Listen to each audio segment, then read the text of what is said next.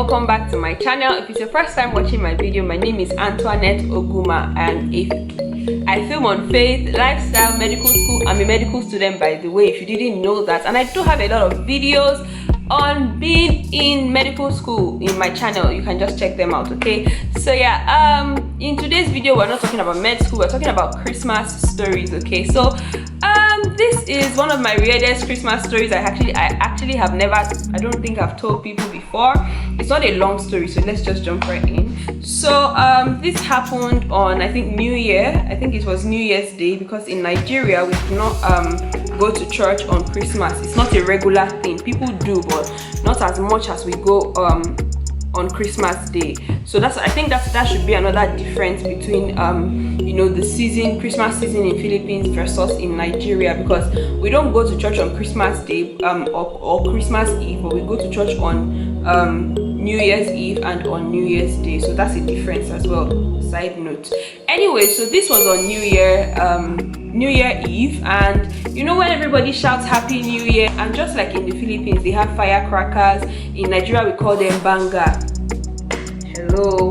So yeah, because of there was this firecracker, and because in my house happens to be one of those houses where your parents do not allow you, you know, shoot those, I like to call them Christmas explosives, firecrackers, you know,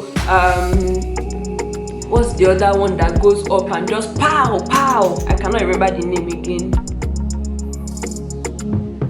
can't remember. So yeah, because my parents would not allow me do that, so I didn't even have access to any, and I didn't have money because I was not in a state where I could be giving money. I think I was about 7 years old, or maybe 8. I think I was within 7 years to 8 years, or maybe I think 7 years to 8 years thereabout. So I went to church for Christmas Eve, New Year's Eve, and you know what happened was everybody was shouting. So 12 o'clock, 12 midnight, it got to 12 midnight, and everybody was shouting Happy New Year, Happy New Year. And you know, the kids who their parents allowed them, or the kids who had access to having those bangers, firecrackers, Christmas explosive, depending on whatever you like to call it. So with those kids who had it, where, you know, that was the time everyone was lighting up their own, setting up their own and stuff, and I was jealous, okay? Permit me, I was jealous. I was like, why don't I have one? So I went to meet someone and I was like, can you borrow me your own? I will give it to you.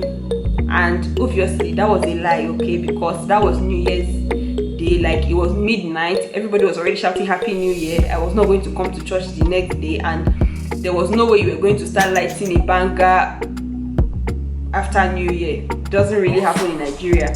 So it was definitely a lie, except I was going to give her next year, or him, I don't remember who it was now, except I was going to give the person the next year. Anyway, so the person gave it to me, and that was how your girl carried the thing and fired it.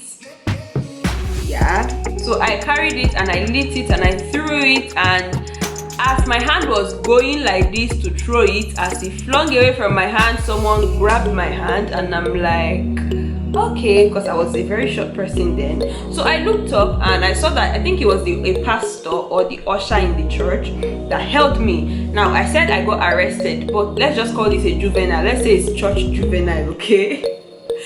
So he held my hand and he took me to a room, and he locked me up in a room where they had about 2 or 3 other kids who, you know, shot firecrackers as well. Remember in that video I did between the differences between Christmas in the Philippines and in Nigeria, I put it at the end that firecrackers and Christmas explosive are considered a very bad thing in Nigeria. So I got arrested because of firecracker in Nigeria, and that was how he carried me, and he put me in that room, and maybe he left me there for something that was 30 minutes in the literal time, but I did not know time then, okay? Or maybe I did not just know what 30 minutes looked like.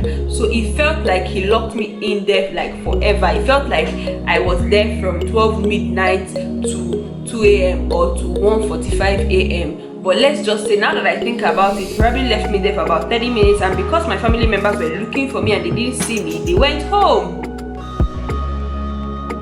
They left me and they went home. But the good thing is my house is like opposite the church, so it's like I could easily just come out and run home after they release me.